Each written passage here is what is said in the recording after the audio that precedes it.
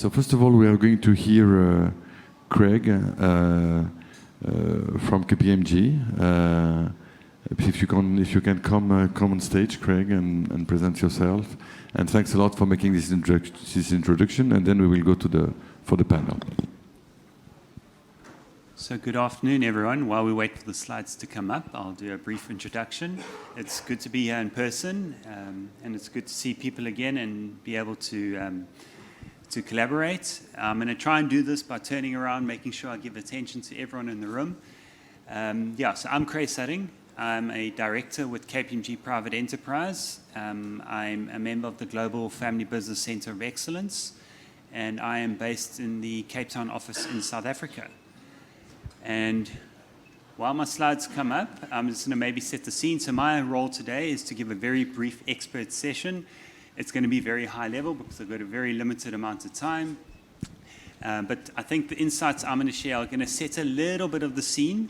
And then the panel, that's where I think you're really going to get the meat of the discussion. And they're going to build on a little bit of what I'm going to speak to, but then they're going to bring in a few other topics on that front. So it looks like we don't have the slides. So I'm just going to talk to my notes then. So I think the key point at KPMG Private Enterprise is, like many private companies, which most of them are family businesses, is there is exceptional potential waiting for growth. And in order to harness that growth, there are many challenges, however, and the challenges are the same for many private businesses as well. Do you want me to sit down? Okay, I will sit down. And of those many challenges, what we've identified, there are 5 areas.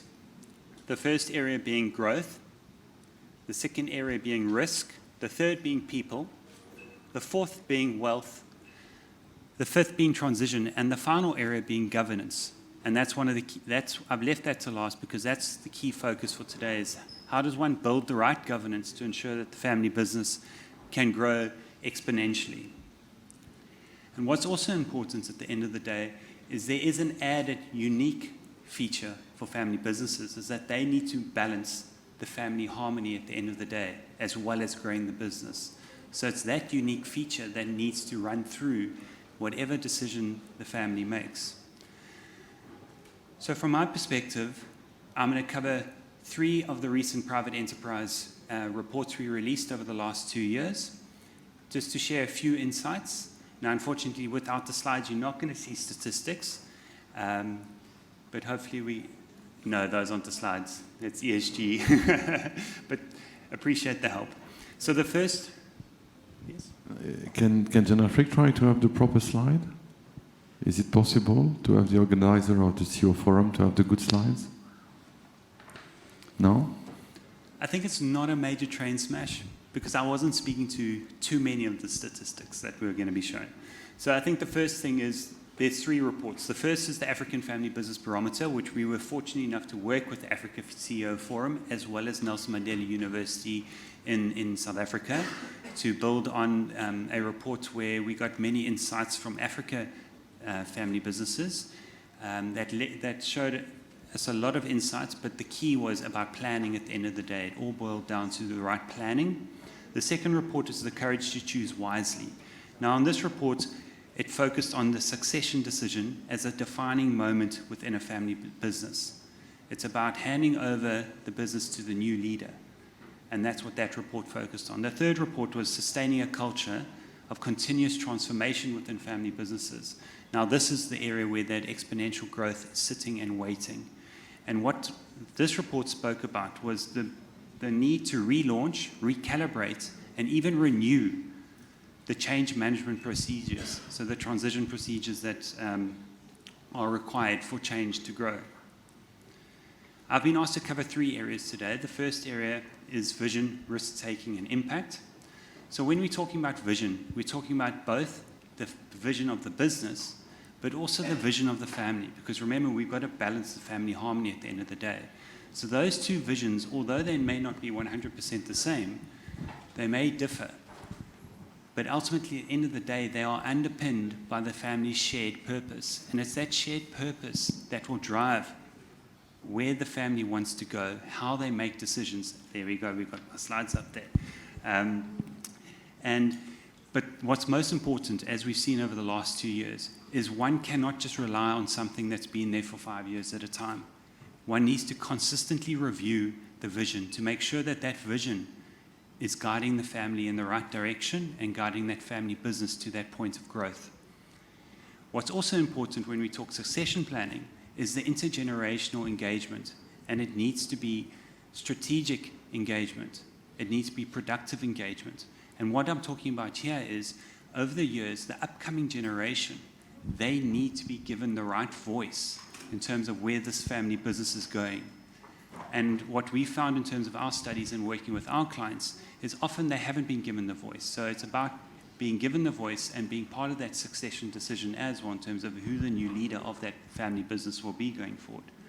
It also takes courage for the current generation to actually do that, because the current generation, it's their legacy, it's their blood, sweat and tears that they are now going to hand over. So they've got to have the courage to step back and choose wisely at the end of the day. But what's also important in terms of the succession decision is it's not always a family member. It could be a non-family CEO stepping into the realm. And why is this good? Because sometimes a non-family CEO will bring a different perspective, will bring new innovative ideas from outside of how the family generally thinks. But at the same time, it's an essence of balance, because that non-family CEO also not only needs to understand the family business, but needs to understand the culture within that business, because it's that culture that's within the business that is underpinned by that family's shared purpose at the end of the day. And this brings me on to the governance aspect, and the key aspect for today. So from a governance perspective, I'm going to talk to that clearly. So when we're talking succession planning, it's about a process. It's not a once-off event that happens that the new CEO needs to step into their role. It's a process. It's got to be a clearly defined process. Now, where governance is important, governance sets the boundaries. Governance defines the roles and tasks of each family member. Not only the family member, also those family members we were talking about it earlier that wear different hats. They wear the hat of management in the business. They wear the hat as the owner, and they wear the hat as the senior family member. They've got to know what decisions they make and what hat they've got to be wearing when they're thinking of that decision. So when we're talking succession, it's all about how do they make sure that they are choosing the right leader and how they're guiding the family to choose the right leader. What we have seen in the reports that I spoke through is that the highest success of performance post-succession is with the families that have the courage to actually base their succession decision on meritocracy. So who is the right person for the job, not who is the next family member for the job. And that also brings us to potentially where a non-family CEO needs to step in. But when we're talking about governance, it's got to be strong governance. We were speaking about it earlier. They've got to be given the mandate to grow and sustain the business. But at the same time, they've got to be supported by the board as well as the family. So 2 years ago in South Africa, we had our family business conference, and we had a non-family CEO speak. And it was enlightening to see that he was given the full support in the sense that he actually had to fire family members out of the family business. And he was only able to do that because he had that full support. And it was proven it was the right decision to make to allow that family business to grow. Otherwise, it was going to stagnate because the family members were not the right people for the job within the business. 2 minutes, thank you. Okay, so let's move on to, I think the last point on governance, especially within a family business environment, is it cannot be too rigid. There needs to be flexibility, because that's the strength of business families out there, is their agility, their ability to make those decisions quickly. So the third topic is timing. Let me see if I can control the slides. There we go. And because I'm running out of time, it's a good topic. I think one of the key points that came out of those 3 reports that we spoke about is making the decision in terms of who's going to step in as the new CEO is the most pivotal decision at the end of the day within a family business. So, but at the same time, I've got to make a point. It's not a once-off decision. It's a process. It comes down to that succession roadmap that the family has put together, and that everyone's got to have sight on. So there's got to be transparency, because over the last 2 years, we've seen many family businesses wake up one morning without a leader, unfortunately, but no one knows who the new leader should be or what the process is. So in terms of when one's looking to bringing on that succession roadmap and a non-family CEO, again, it's an evolutionary process. I'm repeating it for a reason. What is important is that there must be a grooming and also a mentorship relationship built with the outgoing CEO. So that's irrespective of whether it's a family CEO stepping in or a non-family CEO. But that whole grooming process is also about who one needs to engage, who this non-family CEO needs to engage with as stakeholders. Because those stakeholders, if it was a non-family business, everyone understands. But when it's a family business, you've got to get the family, you've got to know who to deal with and how to deal with the family. So I think I'm going to hand over now to the panel. Thank you very much, Craig. It was a very insightful presentation, and it's part of the introduction of today. I mean, I was very impressed to see that in less than 3 years, the percentage of family businesses who are okay to hire an external CEO are moved from 28% in your slide to 3 years ago to 50%. It's a huge move. Okay, so I will ask, thank you very much, Greg. I will ask each of the panelists to come on stage, one by one. So maybe, well, let's do it on the slide range. But there is somebody missing in the slide who has finally been able to join us. It's Marianne Musangi. That I will. Let's begin by Marianne, by the way. So Marianne Musangi, which is Managing Director of Ako Industry in Kenya. Marianne, if you can come on stage. And we should give her an applause because she was she was stuck between Nairobi and Abidjan yesterday in Accra, and she was able to find a taxi 1 hour ago from the Abidjan airport. So congrats. Then Mariam Gom. Mariam from Certain Group, if you can join on stage.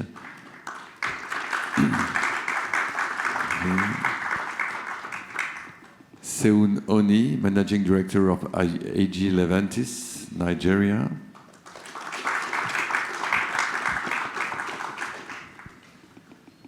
Colin Bokete, Chairman and CEO of Spectrum Group. From Cameroon and the global world. Oops, sorry. And last but not least, Yasmina Fesker. Yasmina, please. Who is board member of Redmed Group and also CEO of a lab in Algeria.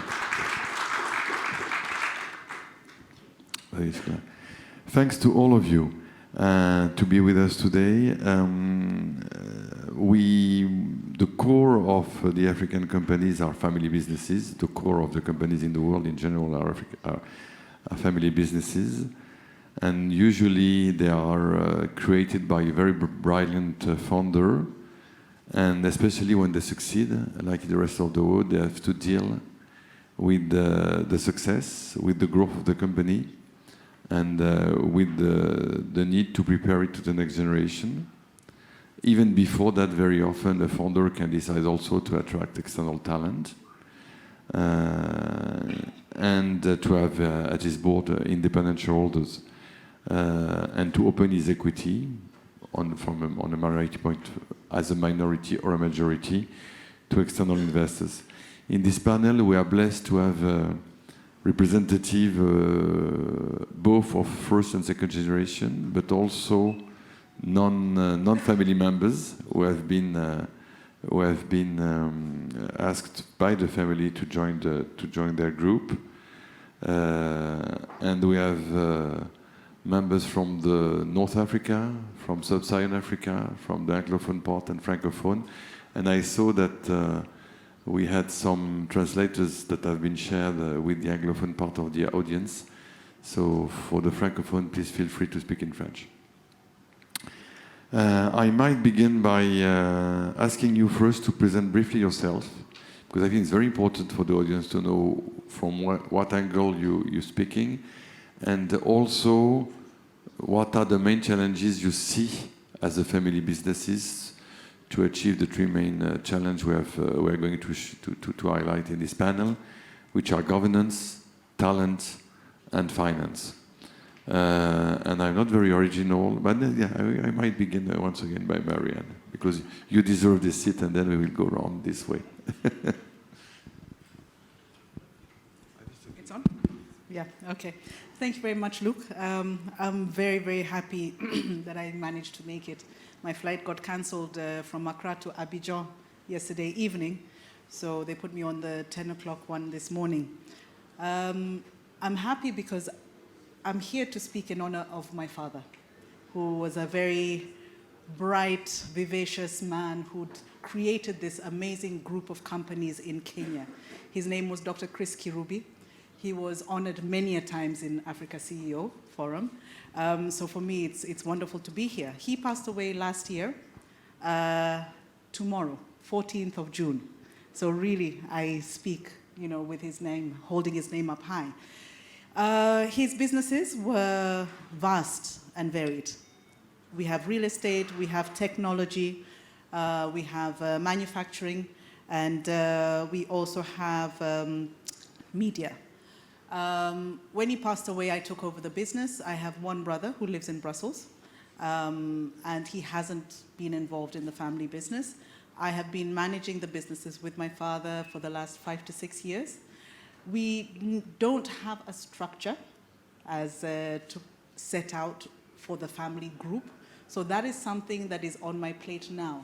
The challenge for me is put it together and see how my brother will come back and be involved, how you will involve cousins, uncles, aunties, friends, family who worked with my father. So it is a challenge, and which I've seen many things. Some of the things that we have faced is that the companies are so diverse. Technology requires different skills than real estate and FMCG. Very different skills. So you cannot have one governing body because you will not have the right skill set to manage these wide range of businesses. So the things I'm looking at are setting up governance structures for separate bodies, but I think we'll get a little bit more into that. So that is some of my challenges, Luke. Thank you very much, Marianne. Thank you. Marianne. Bonjour à tous, je vais parler en français. Moi, c'est Mariam Gom, je suis la directrice commerciale et marketing du groupe Certem, qui est un constructeur, développeur immobilier, donc présent au Sénégal depuis 23 ans, également un petit peu présent en Côte d'Ivoire et au Mali. Donc c'est une entreprise familiale. Je suis de la deuxième génération de la famille qui a été fondée par mon père également et je chemine aux côtés de mon frère qui est actuellement dans la salle et qui occupe le poste de directeur général du groupe. Donc voilà. À côté de cela, on a créé récemment aussi une filiale qui est dédiée à la commercialisation, à la gestion d'actifs immobiliers que je dirige aujourd'hui pour le compte du groupe. Je pense que voilà un petit peu tout et je me reconnais beaucoup dans ce que Marianne vient de dire. Parce qu'on a, je pense, les mêmes situations, les mêmes défis, mais je pense qu'on aura l'occasion de développer un peu plus sur ça plus tard. Merci beaucoup, Mariam. Seoun. Okay. Good afternoon and thanks. I guess I hold the honor of being a non-family member. I joined AG Leventis 3 years now. And interestingly, the mandate was really one of transformation. So I really started off with that clear alignment with the family on what the journey should be.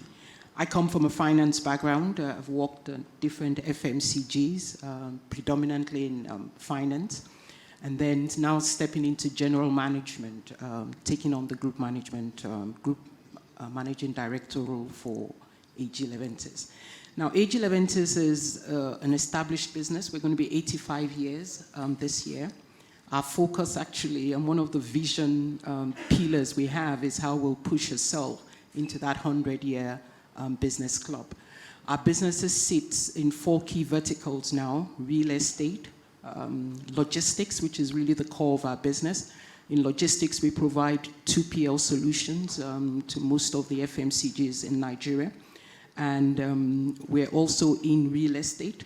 Now, real estate actually is an evolved portfolio because it wasn't an intentional strategy from the beginning.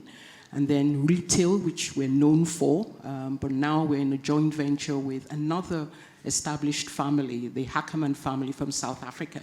So we're building the Pick and Pay footprint in Nigeria. Now, I think for me, especially also coming into this session as a non-family member, is really ensuring that that balance, of driving a sustainable business holds.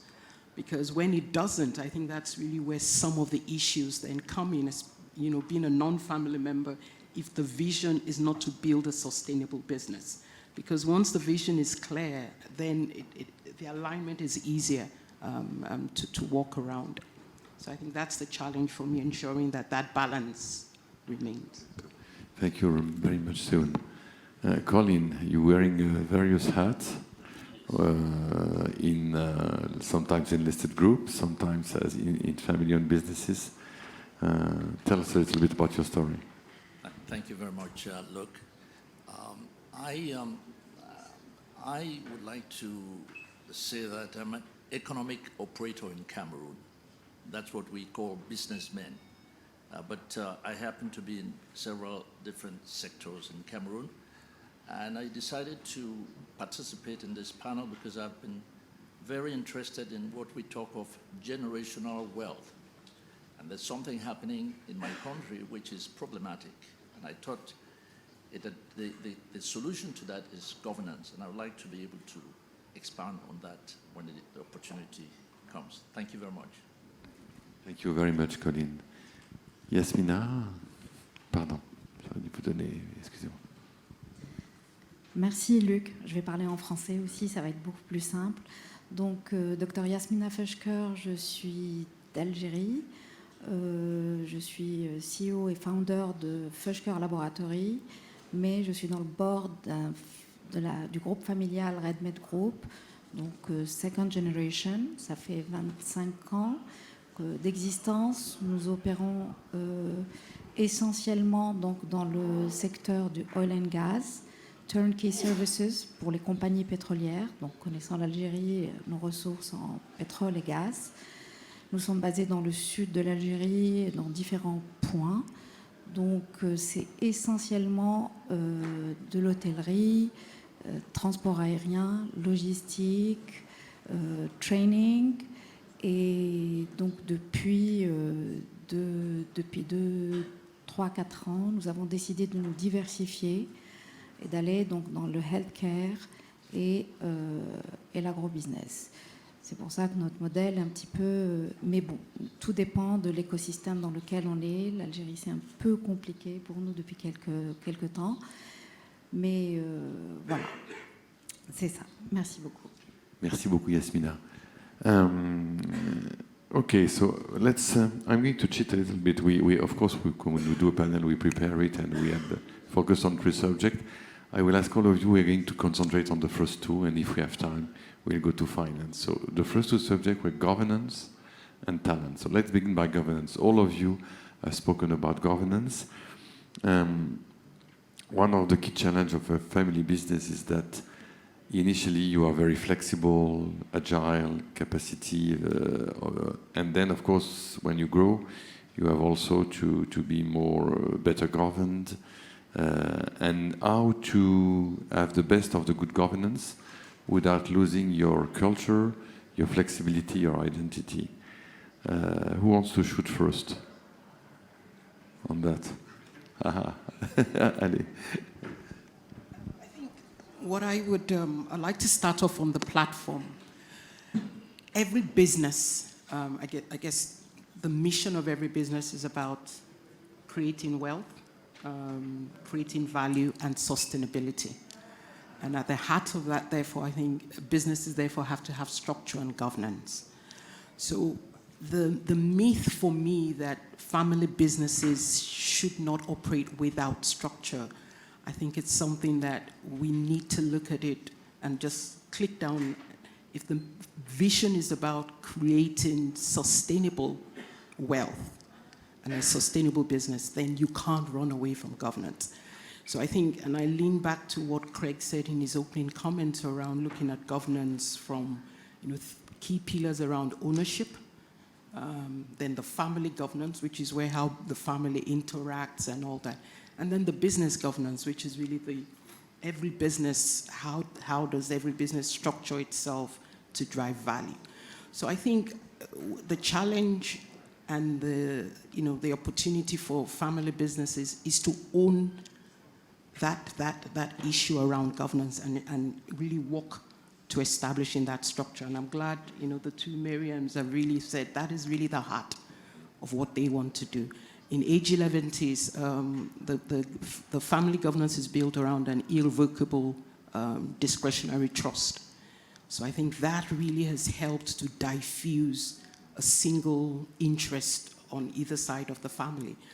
So that the trust really therefore takes the governance aspect of it. And then there's a board, and the local business structures then evolves from that. So for me, I think it's really ownership by the business itself if sustainability is at the heart of its mission and focus. Thank you. Thank you very much, Seun.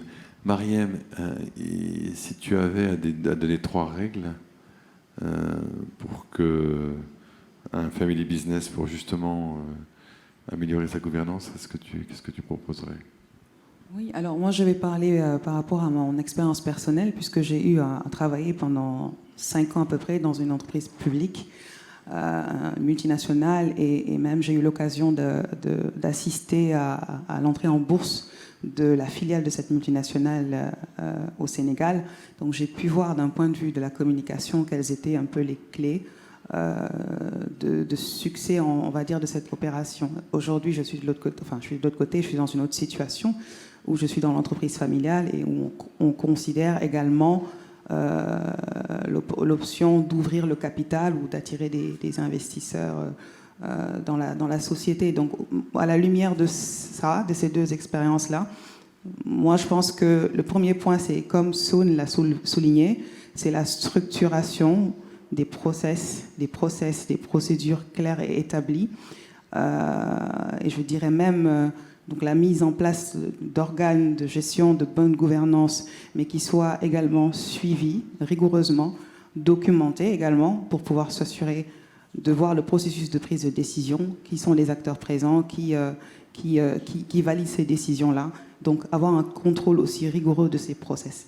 Le deuxième point serait de générer des reportings réguliers, que ce soit des reportings financiers, opérationnels, RH ou matériels, qui permettent de voir la santé de la société, de la compagnie en tout temps, et de voir son niveau de rentabilité. Et le dernier point, voilà, ce serait aussi pour rejoindre Seun, pour moi, c'est la communication. Communiquer sur la vision de la société, du groupe, s'assurer que l'organisation est alignée à cette vision, toutes les parties prenantes sont alignées à cette vision, sont conscients des risques qui existent autour de l'activité économique de la société, du niveau de performance et surtout où on va, et que tout le monde soit aligné dans cette direction. Merci. Can I add one more to hers, because I agree completely with what my sister Mariam, we even have the same name, is the family. When you're talking about family business, there are emotions. And we cannot talk about black and white, having a board, having policies, having procedures. We're not Coca-Cola, we're not Unilever. We're brothers and sisters, and that makes a very big difference. And that's where that has to be managed very carefully. Because if we do not manage that, everything will fall apart. As a family, if you don't love each other or you don't have a good relationship, are we going to be friends tomorrow? We won't. So in business, when we're in the office, are we going to be able to manage the business in a good manner that reaches our targets that you talked about, Sean? No. So I've learned, and I've been learning a lot since I'm setting up, about a family constitution, defining what we are about as a family, what is important to us, is the community, is the children, education, how we interact with each other with respect, yeah? And defining those rules, those values, and making sure that we stay true to them, not just for our generation, but don't forget, our children are going to come in and join the family, right? So if we don't set the guidelines for them, then it will be very difficult. Thank you. Oui, moi, j'aimerais bien rebondir. I don't agree, because I will tell you our example in the family. 2 years ago, when my dad passed away, we really, je suis en train de switcher en anglais. Quand mon papa est décédé il y a 2 ans, et donc nous avons vraiment, nous nous sommes restructurés, réorganisés, et nous avons un board strictement familial, et nous avons laissé donc une option à une seule personne qui représente, donc qui est le chairman, qui représente ce board familial au niveau donc du day-to-day gestion du groupe. Sinon, c'est quasiment impossible. Et nous sommes donc bien évidemment sur les 3 points qu'a cité Mariam. Nous sommes fait accompagner depuis 15 ans maintenant par un cabinet qui a mis donc en place toutes ces procédures, et je trouve que c'est tout à fait faisable. Tout est histoire de mindset. On se respecte, on s'aime, les émotions sont là, mais mis de côté. Dans le day-to-day, le plus important, c'est qu'on ait nos revenus une fois par an, ou nos dividendes, mais sinon, c'est tout à fait faisable. Ce n'est pas obligatoirement against l'union familiale. Je ne pense pas. C'est mon avis. Oui, mais l'histoire montre aussi que ça peut créer des tensions. Je rejoins le fait que vous êtes très privilégié d'être dans cette situation-là, parce que l'histoire, et c'est pas une question d'ailleurs d'entreprise, de richesse, de family business, l'histoire de tous les héritages du monde montre que statistiquement, le combien tu m'aimes, et même par exemple la politique de dividende. Une politique de dividende, suivant les périodes, peut être une source de tension forte, si vous les réduisez parce que la société va moins bien en période de crise. Voilà, donc c'est... Mais je pense que là-dessus, Colin, pendant qu'on préparait, avait aussi... you had also, Colin, you were saying that it was also a question of state of law and the capacity to transfer to the children an object that will survive. Maybe you want to interfere on that. Yes, I have become very interested in terms of wealth passing from one generation to another. In my country, Cameroon, there is a problem. And that problem happens to be the fact that all the big fortunes created by individuals who have recently passed on are in court. And as it stands, we're in a situation like that, no one benefits because there's infighting amongst the siblings, so to speak. So how do you address, or how do you try to solve that problem? I want to mention that a couple of years ago, a private equity firm visited and was looking for businesses to invest. And what this firm discovered was that there were very few businesses that were actually interested in taking money. Most times when you meet business people, small businesses, so to speak, they always tell you about trying to get money to expand. But when you get closer, you discover that the structure is not there.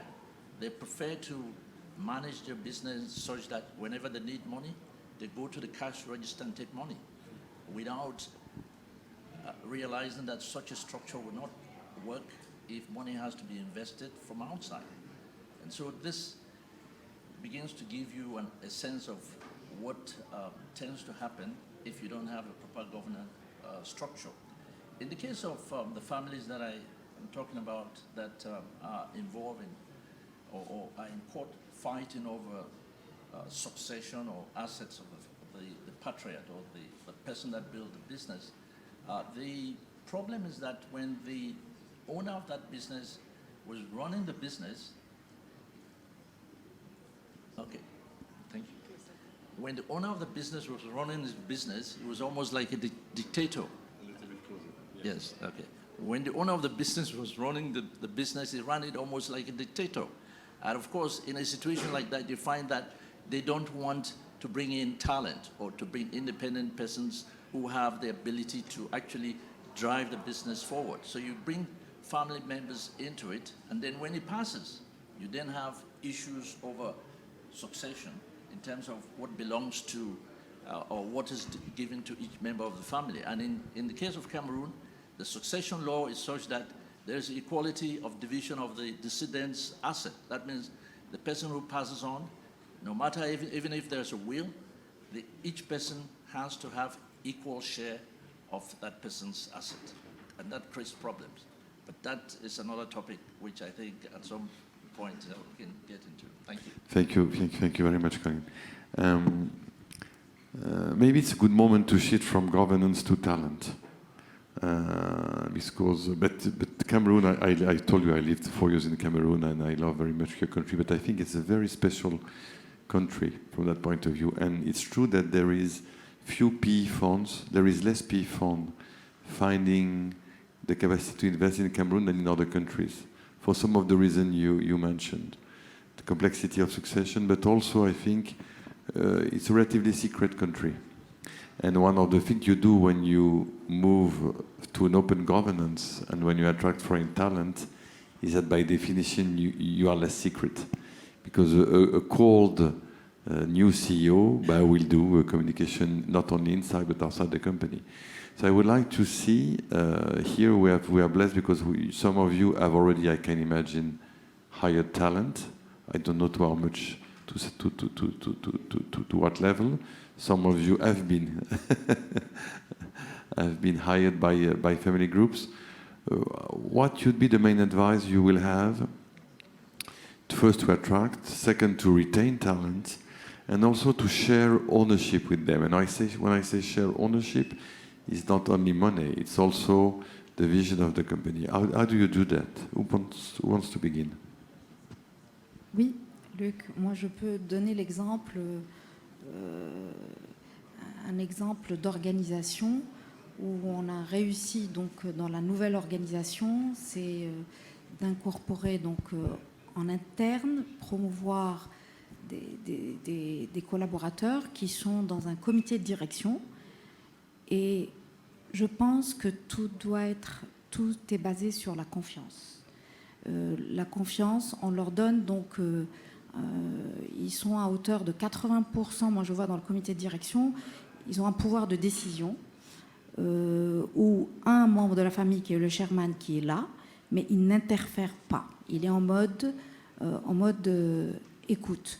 Et bien évidemment, donc il y a le board avec des non-family business qui sont donc là et qui peuvent intervenir donc au niveau de ce comité de direction, et tout est organisé par rapport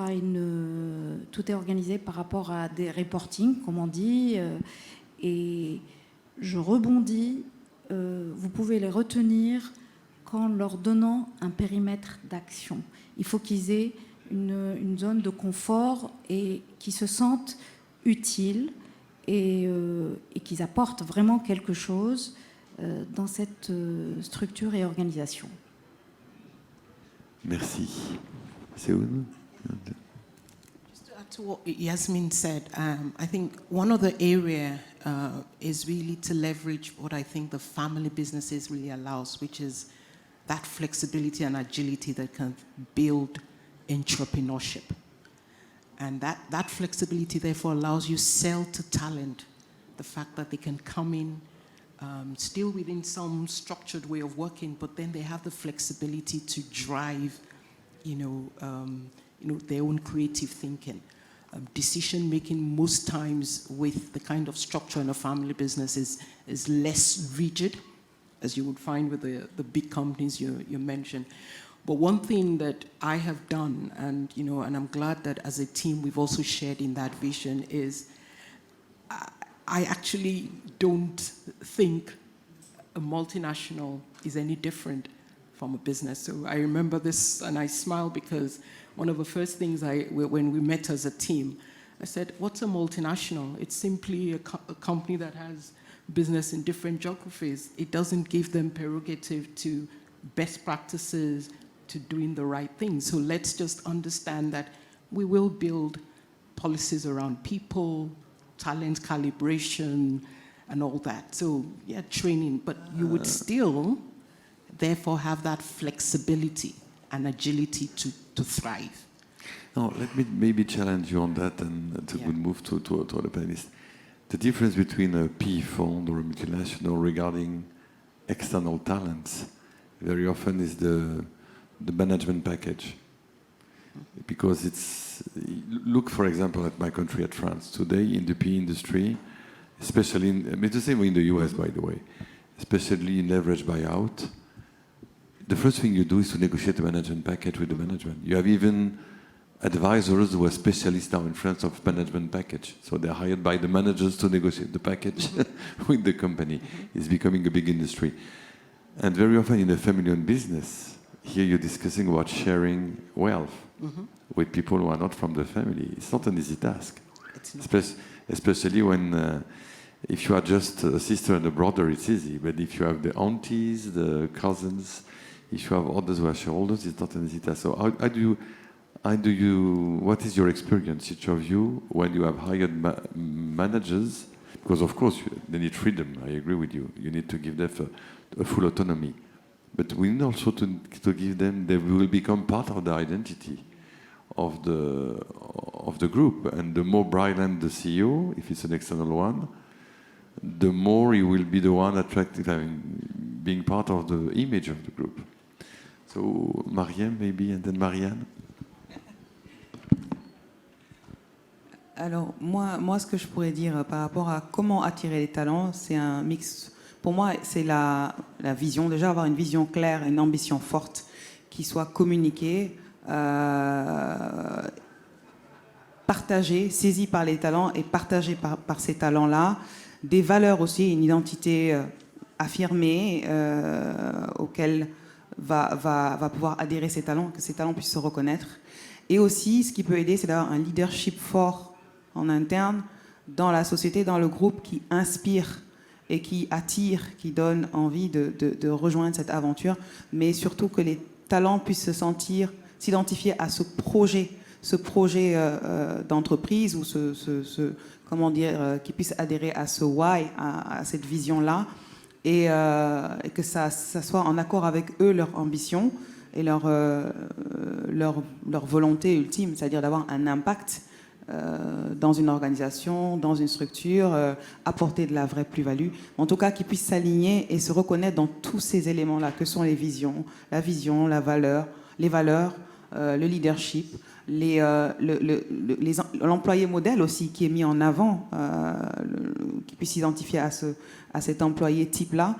Donc pour moi, c'est un petit peu tout ça. C'est comme ça qu'on peut attirer. Alors bien sûr, après tout ce qui est le management package, effectivement, ça aide dans un premier temps. C'est ce que peut-être on va regarder dans un premier temps. Une fois qu'on a rejoint la société et qu'on chemine ensemble, là, c'est de voir dans quelle mesure on peut vraiment être complètement aligné et lié au-delà de ce management package, mais dans le projet qu'on a ensemble de réaliser avec cette société. Moi, je pense que c'est comme ça qu'on peut attirer les talents, surtout aujourd'hui, où vraiment les vrais talents, ceux qui sont au plus haut niveau, ne cherchent plus juste une aisance financière, ou voilà, mais ils veulent vraiment contribuer à avoir un impact réel dans ce qu'ils font. Merci Mariam. Marianne? For me, attracting talent, what do people look for when they're looking for employment, whether they're going out to the marketplace to talk to a multinational or a family business, is they're looking for opportunities to grow. And the thing with family businesses, we may be seen as having a glass ceiling because, one family member is there, another one is there, another one is there, but so obviously there's no opportunity for me to get to the top. As family businesses, I think we need to look at, do we have the right skill and talent within the family to drive a specific business that we are running, right? I'm terrible at technology. Can I run our technology business? No, I can't. So I have a CEO who is well-versed in technology, who does understand the industry and how to grow. Having the right people in the right boxes is very important, whether they're family or non-family members. What matters is the right person in the box. I think for retaining the talent, how am I going to grow my business? I am really waiting for the Africa Free Trade agenda to be really discussed in this forum over the next 2 days, because that's my agenda. I want to grow my manufacturing business, my tech company, across Africa. Can I do it alone as the Kirubi family? No, we can't. So what are the opportunities that can exist there for us? We can look at franchising, we can look at joint venture. who better to take these businesses out to Zambia, to Mozambique, to South Africa, but possibly staff who are already in with us, who already understand our vision, our mission, what we are trying to do as a business, and would be the best ambassadors to send out across the region to grow. Thank you, Marianne. I just wanted to echo, because I mean what Miriam said, because at the heart of it is that alignment, the vision to grow. And that's what you've been echoing. And once that's clear, then it's easy to connect all the dots then around getting the right people, like you said. So that alignment and desire to grow, which is what I started off with, is really what I think really breaks a lot of some of the struggles that family businesses may have. But part of the alignment can be alignment as a shareholder. Have you ever considering sharing part of the equity of the group with your employees, including the top ones? As part of our transformation agenda, we've actually, not necessarily in terms of sharing equity, but it's all hinged around pay for performance, where we define which value, part of the value we deliver every year will go to the employees based on targets, based on stretch goals. And the vision, of course, sharing that with the families, you're growing the pie at the end of the day. If we grow the pie, then all stakeholders, including talent within the organization, will share in that. Alors, je pense que ce que Marianne a dit est très important, c'est have the right person in the right box. Parce que et tout dépend des contextes et des configurations. Nous, dans notre entreprise familiale, on est dans l'ingénierie, on est dans la construction, dans le développement immobilier, dans la construction. Donc on est des ingénieurs, c'est notre cœur de métier. Et le fondateur de notre père est ingénieur. Voilà. Mais nous, on ne l'est pas. Moi, je ne suis pas ingénieur. J'ai fait une école de commerce, business school. Je suis plutôt dans les fonctions sales, marketing. Et mon grand frère est plutôt dans le consulting et l'ingénierie financière. Donc, on n'est pas technique. Donc, à un certain moment donné, il faudra point out un technique pour reprendre le flambeau. Et c'est aller plus loin que juste rémunérer à la performance. C'est l'inviter à rejoindre l'actionnariat de la société pour qu'on se projette ensemble, vraiment dans la durée. Voilà, je pense que... Merci, Mariam. Who wants to... We still have 5 minutes. Either we shift to the question of our trusting capital, and please intervene, and then I will ask the audience if they want to ask some question. Colin, please. I wanted to address that issue in terms of how to attract talent. I think to attract talent, you really have to look at incentives. It's the package has to be interesting, you see. And I think in some of the discussions that we've been having, the experience of, in the case of Marianne, it's a very big conglomerate, as you know. Just as next to me here, it's a big conglomerate. And there you would tend to get advice from consultancy in terms of how to structure some of those. But I think an area which is very much an African issue is that many, many businesses in Africa are small businesses. That's where the need needs to be addressed, because you have DFIs, that's international institutions like IFC, looking for where to place money to encourage, because as you know, private investment and private businesses is a kickstart of any economy. It's not the big corporations that come to these African countries to invest, So in terms of development, Africa needs to look for ways to encourage private businesses to thrive. And I want to say that to address that issue, there needs to be some education in terms of what is required to run a business. There has to be proper governance. You don't have a situation where people create businesses and each time they need money, they just go and take money from the cash register because maybe someone is sick or maybe someone needs to travel. You would never have foreign money, or should I say, you never have individuals bring money to invest in that business. So this is an area which I think needs to be addressed at some later stage. Thank you. Thank you, Colleen. Is there any question in the room before we, or sharing experience? I'm sure that there is a few family. Oh, sorry.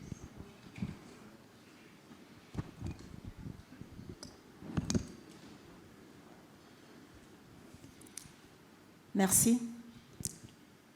Alors, moi, je suis Madame Inka Colette, je viens du Cameroun. J'ai créé une entreprise de travail temporaire en 1994. Et j'ai pu me démener comme j'ai pu. Nous sommes présentes en Afrique centrale. Bon, ça veut dire que depuis 1994, nous avons créé une filiale au Tchad, au Gabon, au Congo-Brazzaville et à RDC. Nous avons fait une petite percée au Niger, mais les choses n'ont pas encore bien commencé. Alors, ce que je voudrais partager avec vous, c'est que j'ai 5 enfants, mais il y a une seule qui s'est démarquée, une fille, et elle a fait des études au Canada. Alors, le problème que j'ai rencontré avec ma fille, parce que c'est elle qui a été, du moins nous avons pensé qu'elle pouvait m'accompagner dans ce que je faisais, c'est que quand elle est arrivée, il y a eu un petit problème. En fait, quand elle allait aux études, c'est l'entreprise que nous avons créée qui l'a aidée à faire des études. Mais quand elle est rentrée, c'était comme si c'était une petite compétence, enfin je ne sais pas comment le dire. Elle a fait des études. Et moi, j'ai eu ma maîtrise. Donc, je pense qu'avec ma maîtrise, j'ai pu me déployer tant que j'ai pu. Alors, elle avait une petite idée. Elle se dit, bon, elle est plus diplômée que moi. Mais je lui ai dit, ma fille, c'est pas comme ça que ça se passe. Il faut que tu apprennes le travail. Ça a pris le temps que ça a pris. Je pense qu'actuellement, elle a compris. Donc, c'est pour vous dire que j'ai rencontré ce problème-là, parce qu'il faut passer le flambeau. Là, je vous avoue, je me fatigue déjà. Il faut qu'il y ait quelqu'un qui prenne la relève. Donc, il y a eu ce conflit entre ma fille et moi, mais je pense qu'avec le temps, elle a compris. Et ce que j'ai fait, je lui ai confié l'audit interne. Donc, il faut qu'elle s'occupe de contrôle de gestion et de tout ce qu'il y a comme... en fait, dans les procédures, voir si toutes les procédures sont bonnes. Je pense qu'avec le temps, le courant passe déjà. Elle devait être là avec moi, mais malheureusement, bon, elle n'a pas pu être là. Donc, voilà ce que je voulais partager avec vous dans les entreprises familiales, c'est-à-dire ce petit conflit entre enfants et parents qui pensent que parce qu'ils ont fait des études, ils peuvent, comment dire, mieux faire que les parents. Merci. Non, merci, merci beaucoup pour ce témoignage, parce que c'est vraiment le cœur du sujet, et c'est ce que disait Colline tout à l'heure, c'est pas une question de taille d'entreprise, hein. C'est vrai pour les très très très très grands groupes, hein. Je ne citerai pas de nom dans mon pays, mais parmi les top grandes familles, vous avez ce sujet-là. Et c'est très difficile aussi pour un enfant de grandir à l'ombre d'un créateur d'entreprise. C'est-à-dire que les deux ont raison, personne n'a tort ou raison, les deux ont raison. C'est-à-dire que vous avez raison de le dire, attention, c'est pas à cause de ses études, tu risques quand même de faire des bêtises. Et elle a raison de vous dire, maman, j'ai besoin d'exister et de développer mes propres initiatives. C'est très très compliqué. Il y a une psychanalyse, on appelle ça tuer le père ou tuer la mère, mais si on le fait trop tôt, on peut tuer l'entreprise.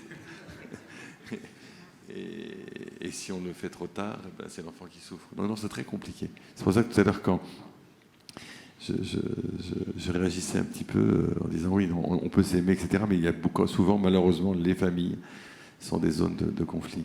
Est-ce qu'il y a un autre témoignage, une autre question? Ah, pardon. Hello to everyone. I am Murtada Mahmoud, a manager of a family business. I would like to ask a question to Marianne from Kenya. You talked about emotions and putting the right people at the right place. the question that I wanted to put to you is, how do you find the balance between, making the business sustainable by putting the right people at the right place, and the challenge of implicating people that have no experience and sometimes no talent at all, but claiming their right to be involved in the business? Thank you very much. You gave me the toughest question, yeah? It is a challenge, isn't it? But I think as part of the governance that we talked about, there needs to be, yes, there's the part of business, yeah? You have your board, you have your policies, you have your procedures. But it's what I was talking about, the family constitution, right? How do you define who in the family gets into the business, first of all? What level they get to? That is based on their skill and capability and experience, and also their will, right? You can have children who want nothing to do with that business, completely. They want to go and be an artist. You're doing manufacturing, right? So if we define what our constitution is and how it should work, and have very clear job descriptions, right? The family member should be nurtured to be able to sit in that role and have the right qualifications. If he doesn't, then find a better spot for him. It's like somebody who studied marketing, but you put them in a box where they're doing finance. What will your accounts look like? Your auditor will be crying, correct? Why would you do that? So define the structures beforehand. It's not an easy process at all, right? Does that help a little bit? Yeah. Sorry? A little bit. Yeah. And they won't, and that will happen, and that's part of the family constitution. The eldest brother syndrome. Sorry? The eldest brother syndrome, you know. I'm the youngest, by the way. But yes, it's difficult. But as a family, you know what? If we're going to run a family business, as family members, we need to show up, and we need to be honest. So Mariam has a problem with me. I didn't let her use my makeup as we grew up, right? So she doesn't like me because she thinks I'm the favorite. When we go into business, that problem that we are having at home is going to be carried into the business. So before entering the family business, we need to sit down, and sometimes we may need to sit down with a counselor. Not very obvious for African families. Take an African man to a counselor to open his heart. Very difficult to be done. But we do need to do that. Otherwise, if we do not solve this problem today, this problem will become a bigger issue when we're in the organization. And who will suffer? The business will suffer at the end of the day. Absolutely. Mariam. Alors juste une contribution. Je pense Vous avez droit à 10 secondes chacune, parce qu'on me dit du fond de la salle depuis tout à l'heure qu'il faut qu'on arrête. Il faut qu'on libère la salle. Ok. Rapidement, c'est juste une contribution pour dire que je pense qu'il est important de laisser les affaires de la famille en famille, et une fois qu'on est dans l'entreprise, s'affranchir de cela dans la mesure du possible. Après, c'est pas possible à 100%, mais il faut essayer de le faire, parce que sinon les problèmes familiaux vont venir se reverser dans la compagnie, et ça c'est pas bon. Donc oui, mais on peut trouver une balance. Enfin, en tout cas, c'est un vrai défi. Mais c'est pas impossible. Une seconde, on s'en va tous, parce qu'on est en train de. Non, allez-y.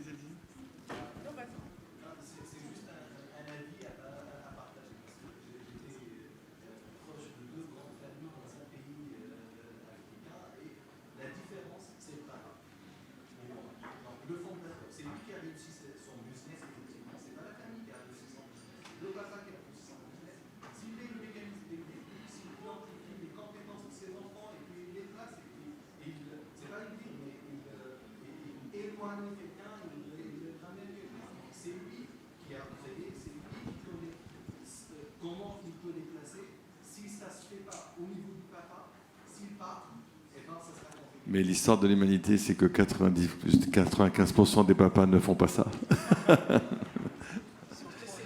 One little thing. I think creating wealth to be shared and running the business by family members, I think it's something that should just be clear.